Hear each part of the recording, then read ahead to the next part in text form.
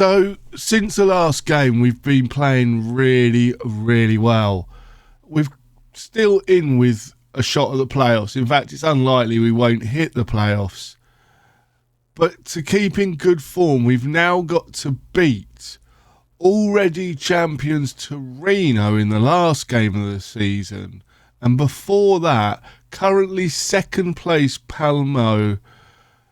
And they need one win, 1 point to clinch second place. So it's not the best time to play them. In the heart of northern Italy lies a town steeped in footballing history. Welcome to Vercelli, home to one of the most storied clubs in Italian football, Pro Vercelli. Languishing in the lower leagues as its once glittering legacy faded into obscurity. But now, a new chapter is about to be written. A chapter of redemption, revival, and triumph. Get ready to witness the rebirth of a footballing legend. This is Football Manager 24, the Pro Vercelli Chronicles.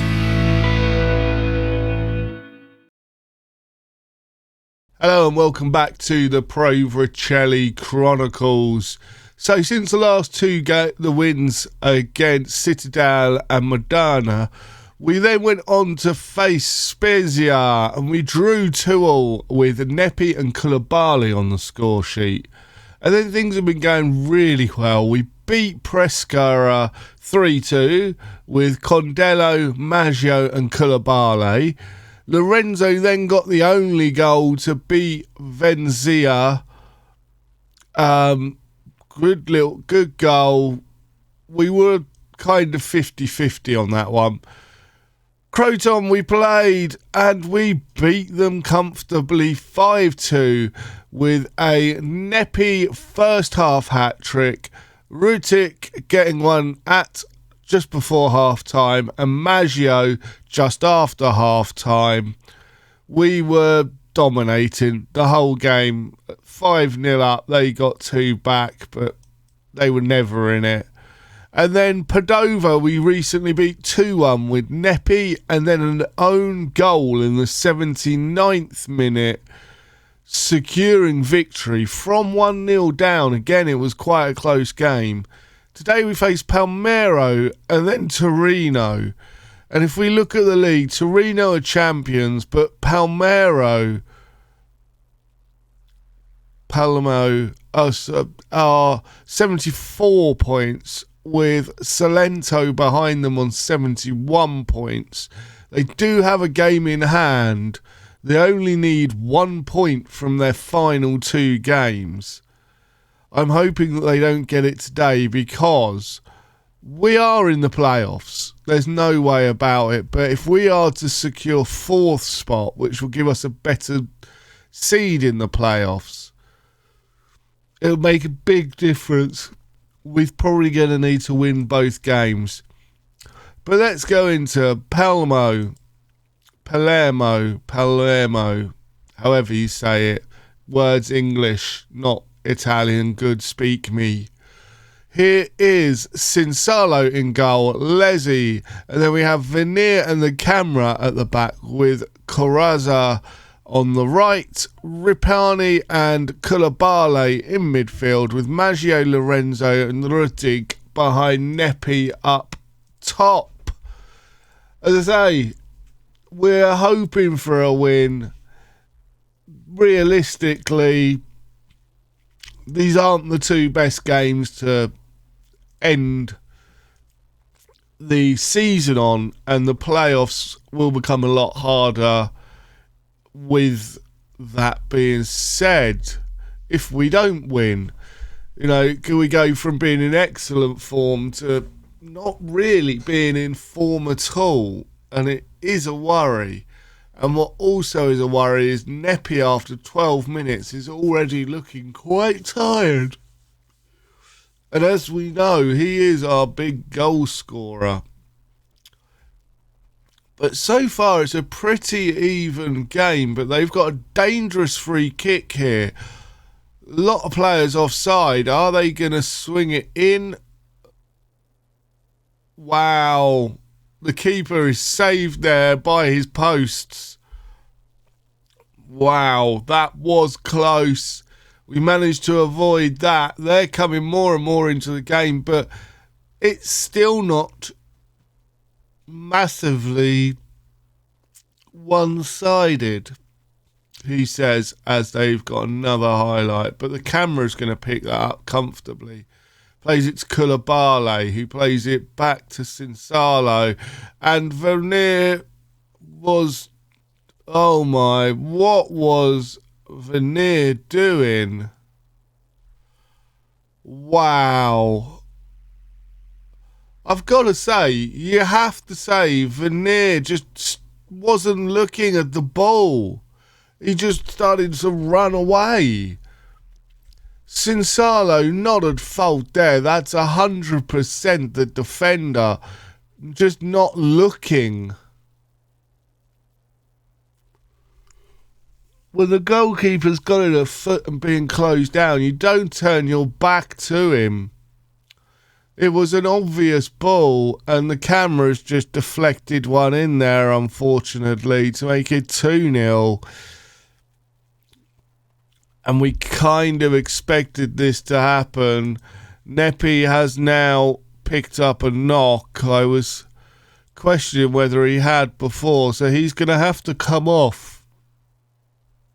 We're going to bring Condello on as the advanced forward. And we may have to make other changes as well.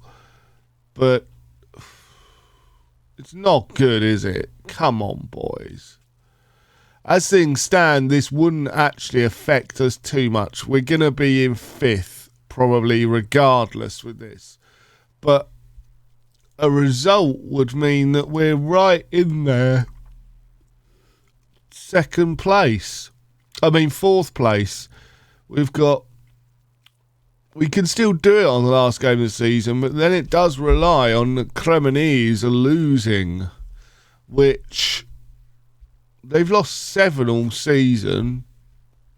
It's possible, I guess. Right, we're going to make some changes. The team's tired. This game's gone. We might as well change things up so that we've got players for the next game. Rutig, Koulibaly is also going to come off. And that's all my subs. So we're bringing off basically the front 4 and Koulibaly. We can't risk them getting injuries.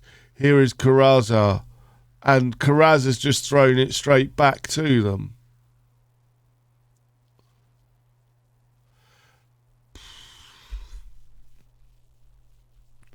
I mean, there's no button in the game, is there? Throw it to one of our players.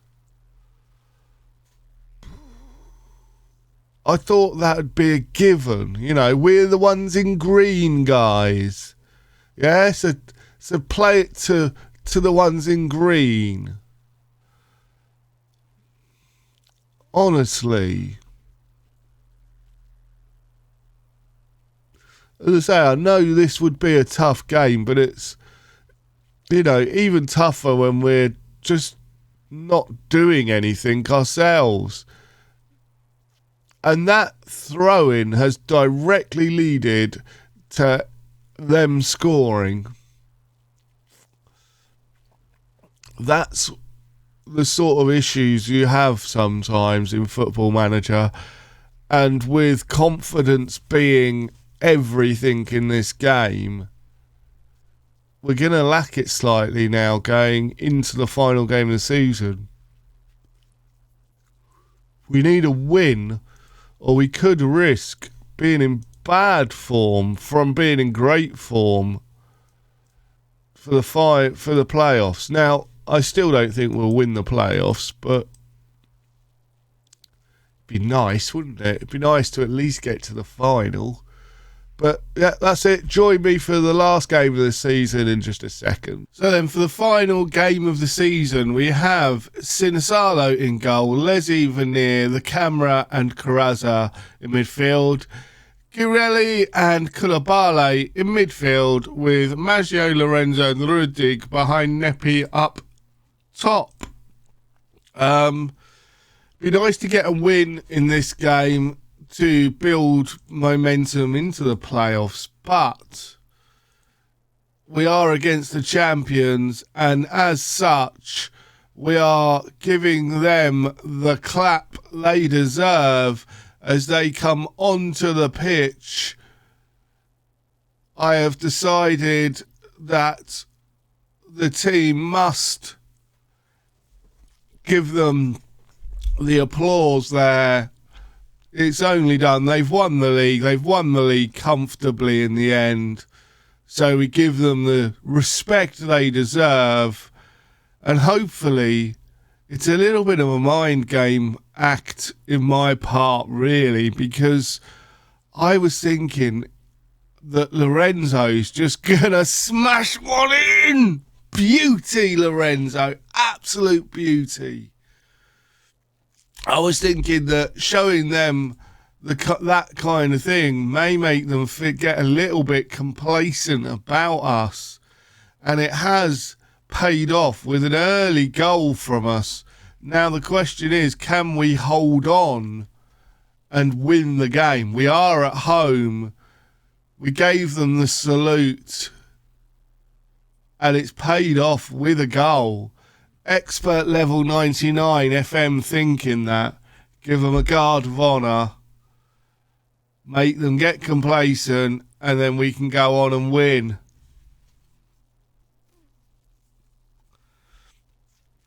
Now, let's talk firstly, about Chelsea. Cole Palmer's quite good.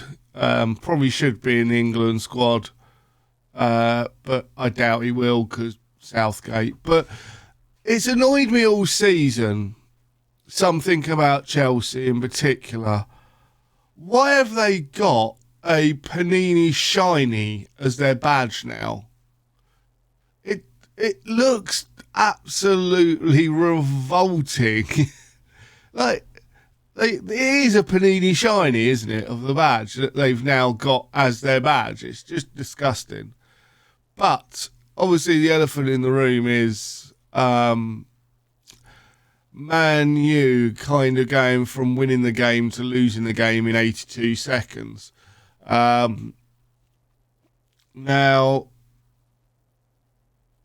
the first goal, the Dalot penalty, was a penalty every day of the week.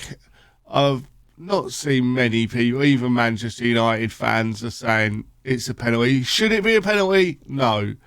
But in today's, the way the rules are written and with VAR, it was always going to be a penalty because of that. Rutig off the bar. Lorenzo re-picks it up but unable to find a white shirt. But then they went and completely capitulated. And it's just... What happens with Manchester United now? They clearly need a new manager.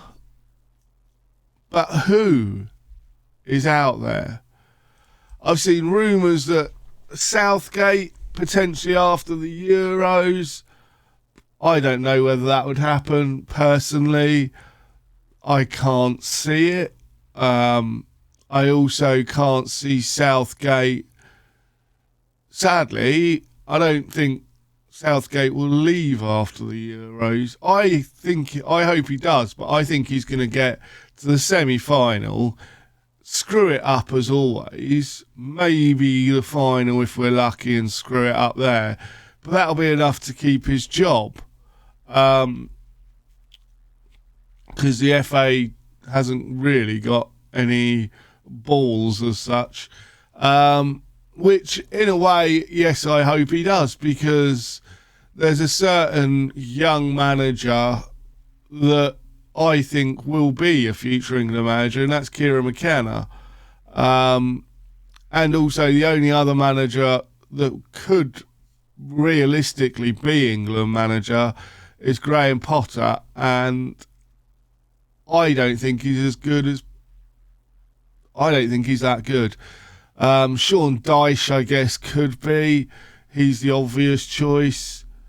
But I think we need to... Although I don't like him and think a trained monkey could do a better job than Southgate, I generally think we should keep Southgate on till after the next World Cup, when somebody like Carrick or McKenna, maybe Lampard or Gerrard, unlikely to be either of them, but one of them can step up and be England manager for 10, 12, 15 years, because that's what we need. We need stability in the squad, in the management side of things.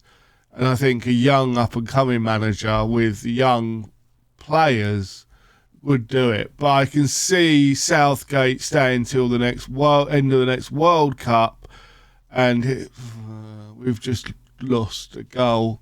And he'll retire probably when Harry Kane retires. I think Harry's probably going to stay on until the next World Cup. I think he realistically can go another couple of years. So they'll both retire after the next World Cup from England, is my personal thinking. And in a way, I'd like it. I'd like to see, what Carragher, what McKenna can do in a big job. Or in McKenna's way, how far he can take this current Ipswich team. And there are links with him at Manchester United, but they're forgetting one thing. The fans, the way they treated Carrick and McKenna was not the best. So why would they really want to go back? But the main one being in McKenna's, I don't know too much about Carrick's, but the way that McKenna is, he's lined up this team. He's got, the thing is with Ipswich, it's not just about McKenna. We've got new owners, new management team, staff, players, capital in finances. We've upgraded the pitch. Currently, we're working on upgrading the training facilities, which McKenna's a big part in telling the management team what he wants, and they're fulfilling it. So that's going to be probably finalised over this summer. This is the training side of things. So we've already got pitches in. It's just the facilities around the pitches that were needed.